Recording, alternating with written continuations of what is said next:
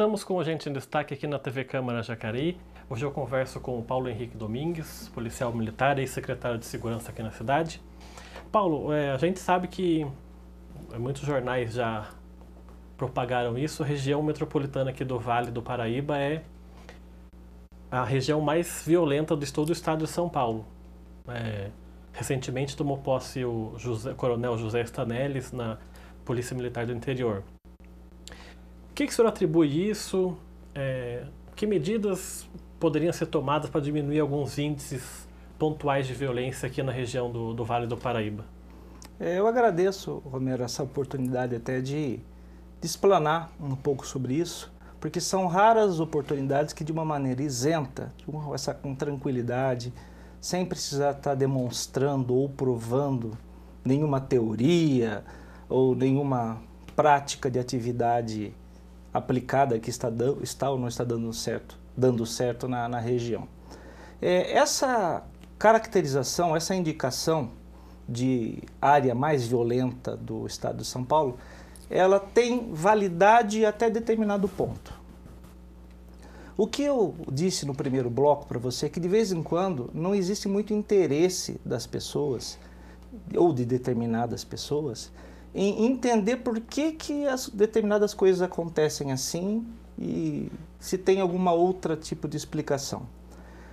A situação do Vale do Paraíba, histórica, nessa questão de alguns incidentes, alguns indicadores criminais estarem um pouco mais altos do que em outras regiões, elas não se consideram algumas características, como por exemplo, vou dizer para você, o Vale do Paraíba é talvez a região do estado de São Paulo onde sempre tem mais gente do que naturalmente deveria ter.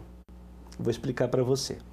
Chega na época de verão, todo mundo corre para o Vale do Paraíba, o estado inteiro, o que está fora do estado, para aproveitar as praias. Chega o inverno, grande parte da população do Brasil corre para o Vale do Paraíba para aproveitar a montanha de Campos do Jordão. Chega a época dos feriados religiosos, o Brasil inteiro, ou parte, corre para a Roma, Aparecida, Guará, essa região. Circula riqueza do Vale do Paraíba, Rio, São Paulo, como em nenhum outro lugar do Brasil circula. Então, são fatores que deveriam ser considerados. Olha, se vem mais gente, fisicamente são mais pessoas potencialmente expostas a serem vítimas de algum tipo de crime. A proporção é maior. A proporção é maior. Se essas pessoas vêm como? Vêm de carro, então aumenta o número de veículos da frota circulante. Essas pessoas, quando vêm, elas trazem bens, trazem dinheiro, ou se expõem de alguma maneira porque elas vêm num determinado tipo de turismo. Então são vários fatores que colocam o Vale do Paraíba numa situação de desigualdade perante outras regiões. A região do Presidente Prudente é muito tranquila, tem colegas meus que comandam lá, mas lá só tem café e cana-de-açúcar, nesse sentido. Não tem essas oportunidades de grande aglomeração de pessoas, né? Então, eu acredito que o Vale do Paraíba ele tem a sua responsabilidade, é uma questão de maior atenção governamental, certamente, porque se nós sabemos que esse problema existe, não dá para trabalharmos com normalidade. Mas também não dá para culparmos o que nós temos no Vale do Paraíba, entre organismos policiais, como os grandes vilões dessa situação, né? Eu traço até mais para próximo, dentro do município de Jacareí. Eu vejo, ou eu vi, né, muitas críticas às vezes dizendo que Jacareí está insegura, Jacareí precisaria de mais policiamento, a Guarda Civil Municipal deveria atuar com maior frequência, com maior ostensividade. São todos verdades. Mas vamos imaginar uma coisa. Jacareí, nós tivemos algum grande pico de violência, explosão de caixa eletrônico, chacinas, os homicídios estão dentro da normalidade histórica da cidade. Nós vivemos um desvio de grande preocupação. Eu recebi bastante cobranças, né? Olha, você precisa colocar mais guarda na rua, a guarda precisa estar mais presente em viaturas, cobranças de todas as áreas, né? Em todas as esferas.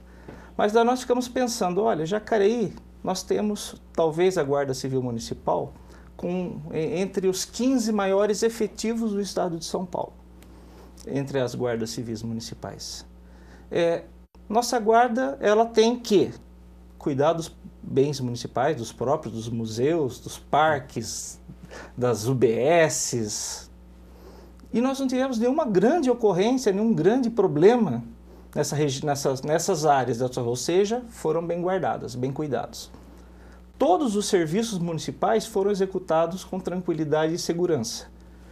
Assistentes sociais que precisaram ir para áreas com tecido social degradado realizaram seus trabalhos. Quando o SAI precisava ir cortar a água de algum cidadão em alguma comunidade, ela foi e realizou. Tudo isso trabalhado, escoltado pela Guarda Civil Municipal. A nossa guarda também está nas ruas, trabalhando já. Eu lembro, parece muito distante, ao sair eu deixei encaminhado o edital publicado para a aquisição de mais 5 novas viaturas para a guarda, que vão ser guarnecidas. Mas só que a Guarda Municipal ela trabalha nessas 3 frentes. E as pessoas cobram, quero guarda na rua. Ora, se ele estiver na rua, ele não vai estar no parque. Se ele estiver só na rua, ele não vai estar garantindo os serviços. A pessoa não vai lá, não vai ter o calçamento, não vai ter a luz instalada. Então, realmente é um exercício de lealdade para com si mesmo a fazer essas análises. O Coronel Stanelis é meu colega de turma também, é um amigo pessoal, assumiu recentemente em São José dos Campos, conversamos sobre isso, né? E ele já veio de São Paulo com essa noção. O Vale do Paraíba não pode ser encarado como uma região como as outras para fins de equiparação, de análise, porque ele tem características que o tornam mais vulnerável, né?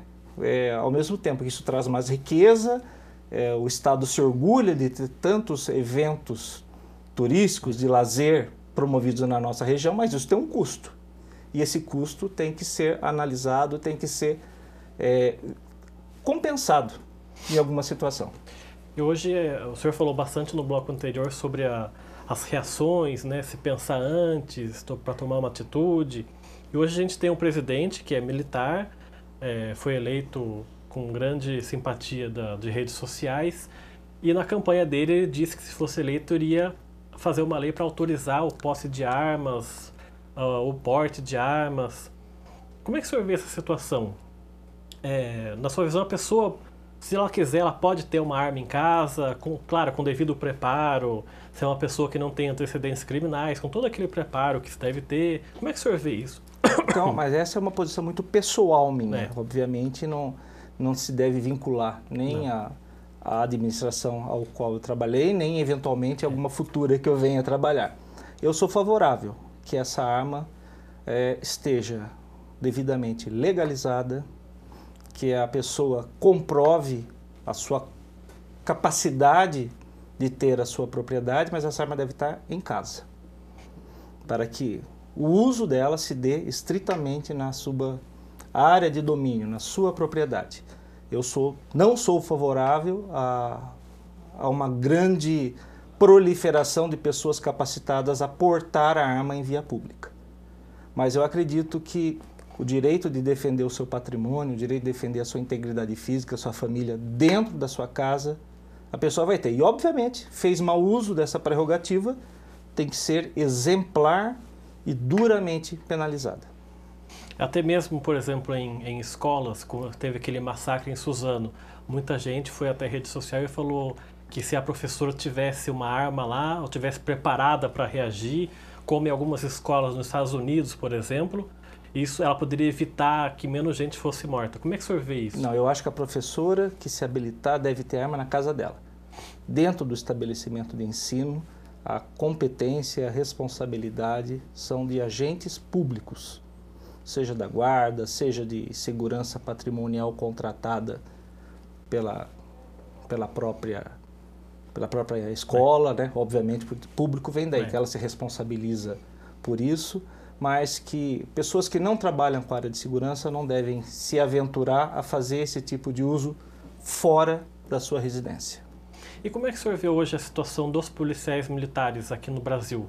Na análise, hoje eles são mais bem vistos do que eram antigamente ou são mal vistos como era antigamente? Como é que o senhor analisa isso? Eu acho que o policial militar, no Brasil como um todo, ele precisou, né, a instituição polícia militar, ela precisou se transformar, ela precisou se adequar às novas expectativas do cidadão. Então, na minha época, quando eu fui, como eu disse a você, fui fazer aquele curso, né, de gerenciamento de crise, não se falava nisso.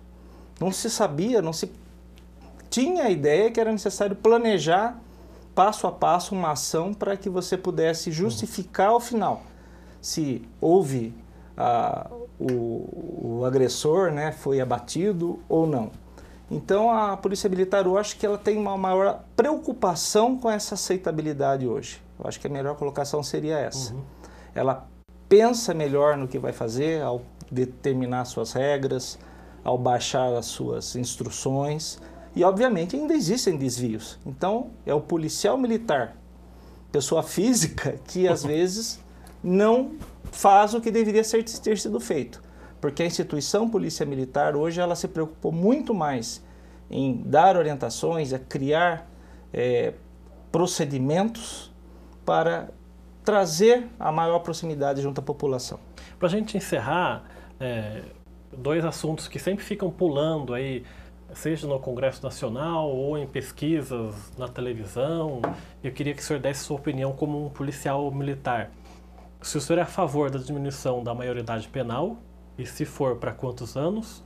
E se o senhor é a favor de prisões, por exemplo, perpétua, ou se aumentar de 30 anos para mais tempo? Como é que o senhor vê esses dois pontos? Primeira pergunta sua, também de ordem pessoal. Sou favorável. Aos 16 anos, a pessoa ter a capacidade penal de responder pelos seus atos. Porque o percentual de crianças e adolescentes, no caso, envolvidas com atos criminosos e que tomam vítimas, tomam tempo da polícia militar e de órgãos de segurança, no trabalho, na caracterização, no ciclo procedimental de se levar esse adolescente para um DP ou para um conselho tutelar, sabemos que isso não vai dar em nada. Isso não pode, isso tem que parar.